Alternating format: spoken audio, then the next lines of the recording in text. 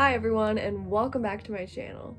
So about 3 weeks ago, I posted a video unboxing my new Fitbit Sense, and today I wanted to give you guys a review on it since I've had it and I've been using it for about 3 weeks.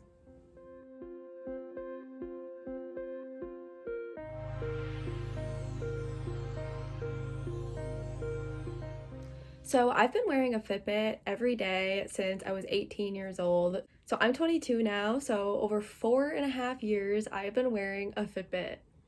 I have always worn a tracker instead of a smartwatch, so I had the Fitbit Ulta and then the Ulta HR, so they were basically identical except one of them had heart rate. So about a month ago, I decided that I wanted to try one of Fitbit's smartwatches instead of trackers to see like how much better it is, if it's worth the price, all that stuff. So let me tell you my thoughts on it. So first, let's talk about the actual Fitbit. So when I got the Fitbit, I looked into like screen protectors and stuff like that since it is like a smartwatch. And on my old Fitbits, there were just like a little tiny screen because it was a tracker and it wasn't supposed to be like a full screen watch. So I didn't really worry about the screen. But when I was looking at like screen protectors, a lot of them looked like a casing around the watch, and it seemed like it would make it really thick because right now it's really like slim. So I voted against it, but I would get one looking back because just like the short amount of time that I've had it, I can see like a bunch of scratches up on the top here. So, and I haven't like been really hard on it. I just like wear it in my everyday life, and obviously it's gonna get bumped around a little bit. So looking back, I would get something to protect the screen from these scratches.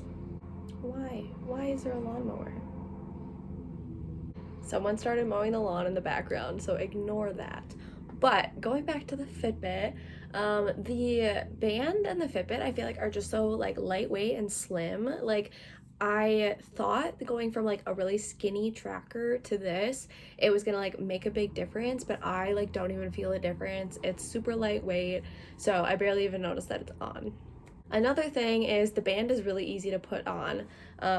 It's just like a normal watch and then it like clips in.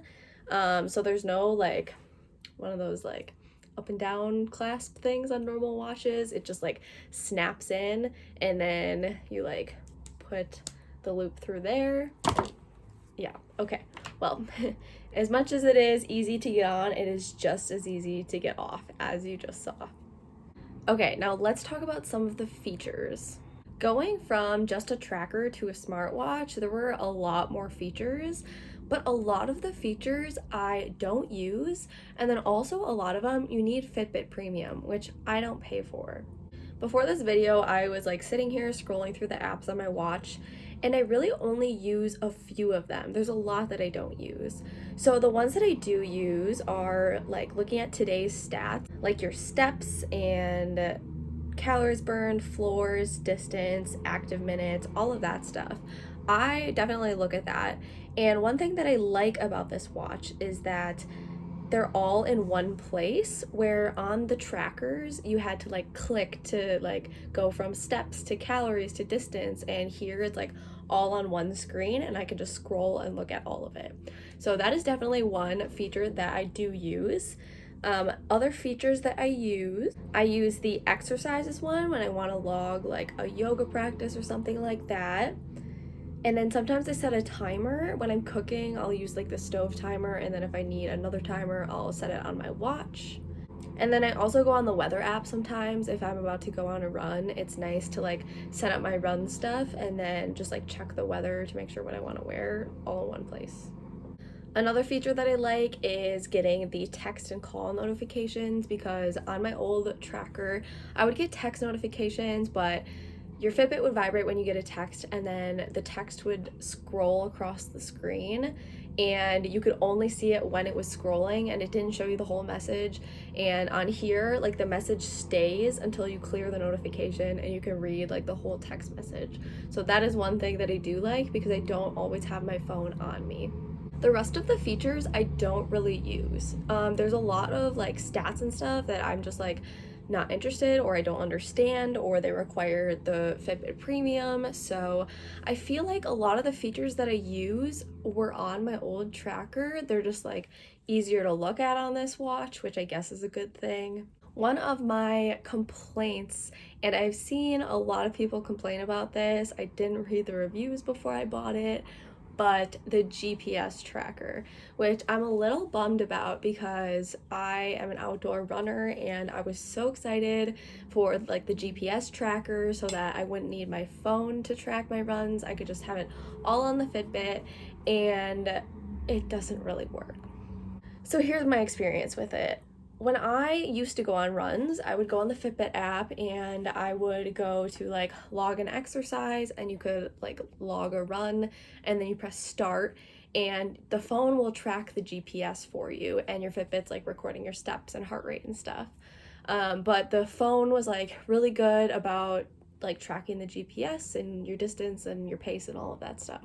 So when I went on my first run with the Fitbit Sense, I tracked it on my phone and my Fitbit just because one of my favorite things about running is seeing my stats, and I wanted to make sure that I got like at least one set of accurate stats. So I tracked it on my phone and on my Fitbit, and my Fitbit struggled so much to find GPS signal. I was like standing on my front porch for like 10 minutes and it would be like on again, off again, and I just decided to run, and I was like, maybe something will happen. So I started running, tracking with my phone, and then about like a tenth of a mile into my run, my Fitbit started vibrating and it was like, do you want to start an exercise? So I was like, sure. And I started my run, and that was fine and it tracked everything. But then when I got home, I stopped the tracker on my Fitbit and my phone, and the Fitbit didn't take that first like 0.1 miles because like it couldn't find GPS. Like it took a lot of time to register, and the GPS wasn't being found when I was stationary. So if you want to run the first 0.1 miles and then your Fitbit starts recording it, you can, but I really just want to get like my whole run in one thing, and if my phone's gonna do that, then I'm gonna use my phone. So I have an armband for my phone and I use it to listen to podcasts, so I'll have it with me anyway. It's not that big of a hassle, but if you're looking to use this as your GPS and you want to get like really accurate stats and everything, I would not recommend the Fitbit Sense just because the GPS isn't that reliable. Another feature that surprisingly is like struggling with the Fitbit Sense is the sleep tracker, which I also really like to look at because I never know what time I go to bed at night, and I like to know just because I like to make sure I'm getting like at least a decent amount of sleep. So I noticed that the past week, I would have my Fitbit track my sleep. So let's say I slept from 11 p.m. to 7 a.m., and that data would be in there. And then I would go back on my Fitbit app at like noon that day, and it'll say that I slept like 15 hours. I'm not doing the math in my head, but I slept a long amount of time, like very unrealistic. I'm just sitting here thinking that is not 15 hours. Okay, let's say it says 13 hours. I fell asleep at 11 p.m. and then it tracks from 11 p.m. to 7 a.m. And then I'll go on at noon and it'll say I slept from 7 a.m. to noon. So it just breaks up that sleeping time, but it says like when I'm sitting at my desk working from 7 to noon, it counts me as sleeping. So I have to like manually go into the app and delete that log so that it takes me back down to 8 hours instead of 13 hours. I don't know why it's saying that I'm sleeping when I'm sitting at my desk. It's still tracking my heart rate and it's going like at a normal like up and down. It's not at like a sleeping heart rate. So I don't know why it thinks that I'm sleeping, and I don't know why it wouldn't count it as like a continuous log if it's just gonna like break it up with no time in between, if you know what I mean. So that's been kind of annoying just because I have to like manually go in there and delete it. And then I don't know, I just feel like it should work. Overall, I would say I've been looking at how much I've used the Fitbit Sense compared to how much I use my tracker and like what data I looked at and everything. and I've determined that the Fitbit Sense is not worth it.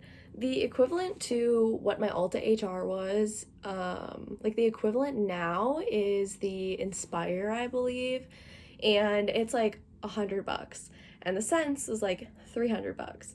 So I'm not really getting that much more out of it. Like it's not worth that extra $200. So another thing is like the look of it. If you don't want like a skinny little tracker and you want like a thick Fitbit, then I would get a watch, but I don't really have a preference on that. So if I were to get another Fitbit, obviously I'm going to keep this one for a few years, like until it stops working. But if I were to get another one, I would just get a tracker because I honestly don't know that the smartwatches are worth it. You're better off getting like a smartwatch that works better, I guess. But yeah, I hope this video helped you in like your decision making for a Fitbit. But really, like, people will use different stats and they'll run into different problems. So I'm just telling you my experience. Thank you so much for watching. Let me know if you have any questions and I'll answer them as best as I can. But I will see you guys in the next one.